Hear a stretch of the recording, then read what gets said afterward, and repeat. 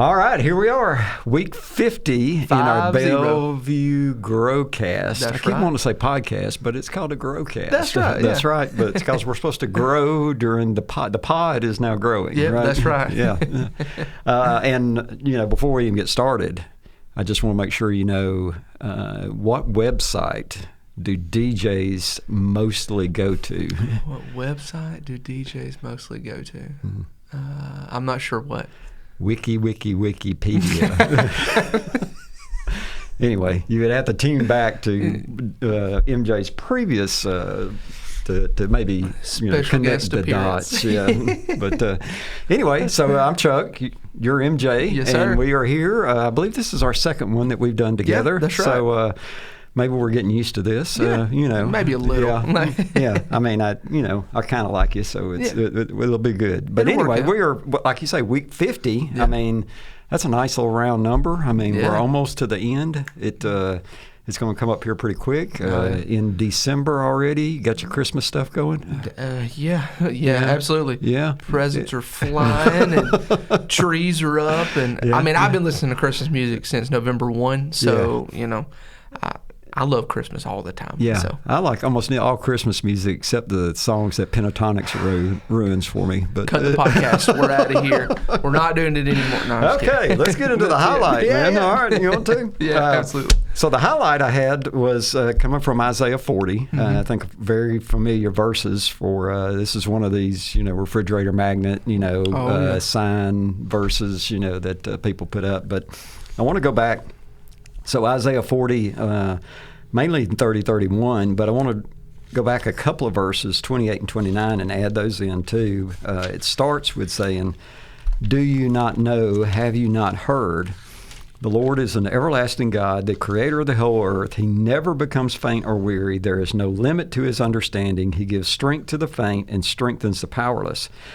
So I think, what Isaiah is trying to set the stage here is we've got a God that has an unbelievable source of power. Right. Unbelievable source of wisdom. Mm-hmm. I like the way he throws out the questions. Do you not know? Have you not heard? It's kind of, where you been? Are you under Sure. a rock? Something like that. He's just saying, here's a source that's willing to help and that never taps out. And then into the verses themselves, 30 and 31 says, "Youths may become faint and weary, and young men stumble and fall. But those who trust in the Lord will renew their strength. They will soar on wings like eagles. They will run and not become weary, and they will walk and not faint."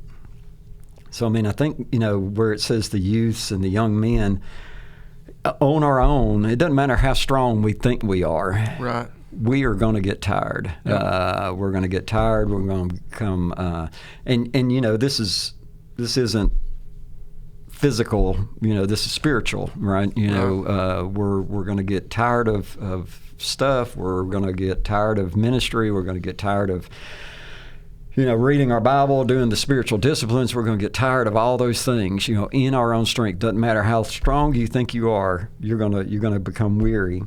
It says, "But those who trust in the Lord will renew their strength, not my strength, but his strength," the strength that we just talked about. He's going to tap into that, and they'll soar. That imagery of an eagle soaring is probably the most majestic bird, right? And just having at it, it's not like a dodo bird crossing the street, right, or whatever. It's a black crow, that's flapping and screeching. It's a majestic bird. And they will run and not become weary. I think, like the way Paul, wrote about the races, to never give up, to continue on to the finish line. Endure. Right. And they'll walk and not faint. So I just think, for a highlight, man, so many of us, we need this. We need to understand it. And it's not really just some of us. We all need this, right? Because we got to realize that we need God's strength. We got to tap into his strength and not our strength. And then we got to expect that he's going to deliver on that strength, that hope aspect of it. Right. Yeah. And when we were, talking about this and getting it ready, I almost wanted to talk about, Isaiah 41:10. It's right the next chapter. Right. And he says the same things one of those refrigerator magnet verses, like you say. Yeah. But he says, "Don't fear, don't be afraid. I'm God. I've got the strength. I'll hold you up." And so over and over in Scripture, so many people are just like, God is a mean God. He hates people. Yeah. And over, God says, don't be scared of anything because I'll take care of you. Yeah, I've got it. Yeah. He says, if you will just enter the covenant with me, you get all the benefit out of it. That's what's crazy to me about God is, like, we take everything from him, and he doesn't get anything out of it except a relationship with us. Right. And it's just wild. It's amazing. And this is one of those verses, too, I mean, because when you think about it, there's so many aspects of being a believer, I think, where we know what we're supposed to do, but we just don't always do it. Right. We don't always have the faith. We don't always take things to God in prayer like we're supposed to. It says pray without ceasing. Take everything to Him. But there's a lot of times I don't do it. Because I'm stupid. We need to tap into God's strength, and we know that without His strength, we will get tired and we will grow weary. Right. We those are basic kind of tenets, and we understand that God has strength and more than enough strength to carry me through things. That's yet right.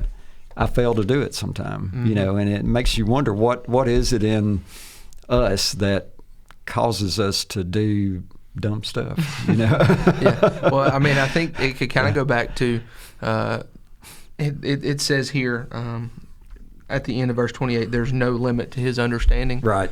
There's a limit to ours. That's right. We just don't understand that if we like maybe we don't comprehend. I think kind of like as kids, we don't understand that our parents like know what's best for us and know why they tell us not to do things. And like he says, just lean on me, because if you go lean on anything else, that's not going to work out. And we just, for some reason, we can't get it. Over and over. We have this same cycle, and I was talking to a pastor not long ago because he was talking about revival and revival in his church, and he said another pastor told him that they would never have revival at their church because they would never hold a revival because if you hold a revival, then eventually people will burn out. And he said, but that's just the constant cycle of people. Right. Is we get on fire, we burn out, and we have to be sparked back up again. Right. That's what we need. Right. But so many people won't do that. So. Wow. And I mean, that whole weariness, because you and maybe even sometimes we don't even realize that we are in that state, that, we might chalk it up to just being, boredom or routineness or, in a rut or something like that. But really what we are is we need that spark. We need that, something to kind of juice us up. We need to tap into a strength that we don't have, and, I don't have to tell you being in ministry that, ministers get tired, right? And ministers need encouragement, and without the Lord's strength, you'd never be able to do what you're supposed to do. Yeah, right? I don't know why the misconception is that we don't have bad weeks too. But we do. That's right. We do. Bad weeks, bad days, sometimes bad months. But it's not just for ministry. It's for everybody. Every believer. Yep. Do we not want to soar like an eagle? Or do we want to run around on the ground like that? There is still dodo birds, or are they extinct? I think they're extinct. I hadn't been studying probably because they were running around the ground and couldn't soar like an eagle, right? That's right. So don't be a dodo bird. Be an eagle. If you didn't learn anything from the podcast, don't be a dodo bird. Tap into the Lord's strength. I think you got the shadow for us this week. Yeah. So we go into the ever fun, ever elusive, ever people stray away from Song of Songs or Song of Solomon. Yeah. How do you land on that? Song of Songs or Solomon? What do you? I guess I've never really picked. I know it's both of them, and it's a lot of people go back and forth about whether it's Solomon that wrote it, or if it's about Solomon, or if it's just written in the same style that Solomon wrote. And what we do know is it's Jewish love poetry, is what it is. Yeah. I guess I grew up Song of Solomon. That's all I ever knew. Too. And I think somebody threw Song of Songs out there, and I was like, well, I don't think that's in my Bible. Well, see, like this Bible I have that I've been reading, it's Song of Songs, but in the King James that I from my last church that I used a whole lot is Song of Solomon. So it's, I don't necessarily know if it's something to split hairs over. I digress. You had a good word here. That's right. Tell us. But yeah, in chapter 2, verse 15, we're just going to focus on this one verse here. It says this. It says, "Catch the foxes for us, the little foxes that ruin the vineyards, for our vineyards are in bloom." So what it's talking about here is, excuse me, we're talking about the foxes are the things that sprout up in our relationships, like especially because this is love poetry. It's talking about the beauty of love and what God ordained in sex, in like a marriage in between a man and a woman, and that's what God set it up to be. Not multiple men and multiple women, not men or not women, but a man and a woman, because we're different, but we are equal. That's exactly right. And we're supposed to be together, and we both give things to the relationship. And foxes are the things that, as Warren Wiersbe said, quietly destroy our relationship. So what they would do is the people that worked in the vineyards, or the keepers, they would go in and they would prop up the vines so that the foxes couldn't come in and eat the grapes. So they would be proactive in keeping the foxes out. And so one of the things that I think the author here is writing is that we have to be proactive in our relationships with our spouses. If we're not, there's no telling what can happen, right? Right, exactly. Yeah, I mean, just even thinking about the big picture too, a Song of Solomon or Song of Songs is, for years, I think the main commentators and people wanted to make this not about what it really is, which is, like you said, it's a love poem. It's the relationship between a man and a woman. And, I think the sentiment behind that is, well, we can't talk about that, or we can't, we don't want that in the Bible, but this is, like you said, it's a God-ordained relationship. And the only reason that this becomes something that we're ashamed of or we think is somehow or another not the right topic for a church is because of the way the enemy has twisted it within our minds, right? But I like the idea of the fox because, just the little nipping away at the base or at the root of the plant, or and in our marriage relationships, I can just sit and think, if we're not maintaining sometimes the little, hey, you're going one way and I'm going another, or I've got this hobby, you got this hobby, or you like this, I don't like that, so you go do that, and pretty soon what appears to be something small becomes something big, right? Because we didn't maintain the relationship. Haley and I had so much advice when we got married of don't let your marriage become roommate phase, because especially when you get kids, you're running 90 to nothing. Somebody's always sick. Somebody always needs something at school. Somebody's always going to play ball. You got to go to church, especially being a pastor. Like, people are going to need you, so you've got to go. And then sometimes Haley has to take care of the kids, and we've got to do all these things. And it was don't become roommates, because then at the end of the day, when those kids are gone and you don't even know who your wife is anymore, then you're in trouble. And one of the things that I think about with foxes is most people agree foxes are pretty cute, and they seem so harmless. But then they come in and they destroy an entire vineyard. I mean, that's what Samson used, right? Yeah. He tied the tails of foxes together and set them ablaze, right? Something so cute and so devious destroyed all these crops. And the same here is, catch the foxes that are going to ruin the vineyard. And they come in small from as tiny as telling a lie to as small as, and we would say it's big, but in our mind it's small of, oh, well, this person will listen to me and they'll understand what I'm saying and they care more about me than my spouse. Right. And all of a sudden you're way further than you ever wanted to be.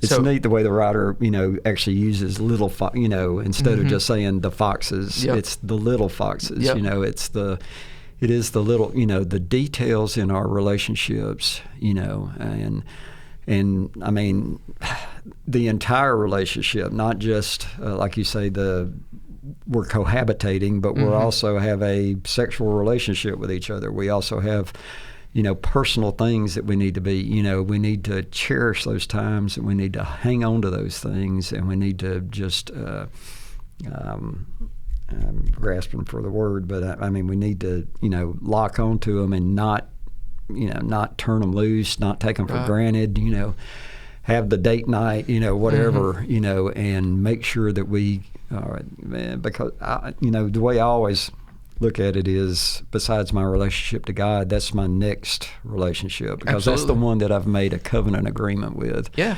My children I love, but my spouse is my next, or my number one human relationship, I believe. Yeah, that's right. Yeah. And I wrote on my notes, I think the most important thing is to be proactive in everything that we do in our relationships. And I saw something earlier that said if you're not willing to go into your relationship ready to say, I'm sorry, how can I understand you better? Right. Then you don't need to be in it. Yeah. Because we're going to mess up as much as we think that we're not. We are. Yeah. And we're going to fall short. But we have to be proactive in fixing those things and coming together. And it's one verse with 4 little lines, but it's a lot to think about being proactive in our marriages. And even the book as a whole, I think is a really, if you go into it with the right attitude, a married couple, I think, can get a tremendous amount from.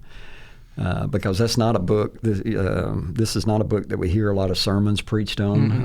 It's not a lot of Bible study topics. We just because it's a hard one to deal with. But for a married couple to sit down and look at that and catch that passion that the male speaker and the female speaker within these poetry has for each other, I think it's a good, yeah.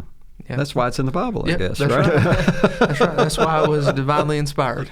Sweet. I think you have the application for us. I've got the application. Yeah. So for the application, we're going to go to Job. So we're going to hit all the points, the different books this time. So we're in Job chapter 19, verse 25, and we know what's happening here in Job. If we've kept up with the reading, we know that Job has had tremendous suffering, right? All his children have been killed, all his possessions have been destroyed, and his health is basically been taken away from him through these sores and boils and whatever. So he's a pathetic mess, basically, right? His wife says, die and curse God. His friends do come to try to offer some solace, I guess, some ministry, and they do sit with him, right? But they continually to harp on him about, we think you did something, right, to cause all this suffering, which, look, we think that a lot, and I even think that sometimes on myself, what did I do? I must have done something, but what's neat within Job is in these discourses, back and forth, and it's almost like a poetry kind of, because he's answering, his friends, and then later it's God and him, and having this discourse. But in Job 19:25, so he's gone through all this suffering. He's in, he's talked about, I'd just soon be dead, as opposed to being here. Job 19:25 says, "But I know that my Redeemer lives, and at the end he will stand on the dust." Which is so, amazing for Job to say, my Redeemer, right? Because a Redeemer is, I was looking, so it's more like a legal word, really, in the Old Testament, where it's, I'm releasing something, I'm setting something free, kind of a slavery type thing, or a land, that's under debt, whatever. It's something to be set free. So he's wanting to be set free from this suffering that he has here on earth. but he doesn't have a concept of the Savior. How does the Messiah come? Right? When is he coming? Yeah, doesn't know any of that. What is this whole redemption plan that the Lord has? He really doesn't have any knowledge of that, or really a concept of that. But yet he says, "I know that my Redeemer lives," and just that thought to me, he's just wanting some relief from these friends, right, and from his suffering into a future that is better for him, and we know that Jesus is going to redeem us because we were bought. So that whole transactional thought there, and he will stand. I love that at the end he'll stand on the dust. So it's that. He'll still be there no matter when I'm turned to dust, no matter when this world is completely gone. Right. My Redeemer will still stand. And I was just thinking that for the application, I'm not in Job's situation. Thank God. Thank goodness, right, that I am not in Job's situation. Wood, knock on it. Yeah. But, and I have better knowledge of my Redeemer than Job did. Sure. Yet, I don't really know how all that's going to play out. You know what I mean? Yeah. I don't know how this end time works. I don't really know. I know what stands for me, what's for me at the end of my time. I don't really have the Bible doesn't paint me just a huge, intricate this is picture. Exactly how it's going to work out, kind of thing. So I just have to know that he's there. Yeah. Right? I just have to know that my Redeemer does live and that he's got me and that he'll be standing, he'll be victorious at the end. I don't really understand all the details. Job didn't know all the details, but yet he could still say, through all that he went through, to say, I know that my Redeemer's got me. Yeah, that's right. Yeah, and it's funny to think about, like God says throughout Scripture, my thoughts are higher than your thoughts. Right. My ways are higher than your ways. I understand things that you don't even have a clue how to understand, much less understand them. Right. And he's just said, just trust me. Yeah. Just reach out, take my hand, and trust me. Yeah. He said, and over, he uses the same phrase, I will be your God, and you will be my people. Right. And I'll take care of you. No matter what that looks like and what you think it should look like, it'll look like what it's supposed to look like. Yeah. One of the things that I'm not scared to say this here. Yeah. I've said it to the youth before. Yeah. When I try to, in my fleshly mind, think about eternity, that freaks me out. Yeah. Because I'm like, because everything I know ends. Everything I know goes away at some point. Right. I can't comprehend that. But I just have to know that God knows what's best for me. And, that's right. Man, it's just a crazy thought for everything he's gone through. And then not even just the physical stuff. Like you said, his friends coming and just beating him down. Yeah, wearing him out. Yeah. when this comes out, it'll be a couple Sundays ago that Tim preached in Job 1 and 2. But he had a reputation for being an upstanding, righteous man. And the first thing his friends do, you must have done something wrong. That's rough. Right. Yeah. But just to go through all of it and then to proclaim that, obviously we've heard a million sermons out of Job, and rightfully so, because he's that man, but it just takes me to all these people throughout the Bible that took a stand and am I that person that when God puts me in that situation, am I going to be that person? Yeah.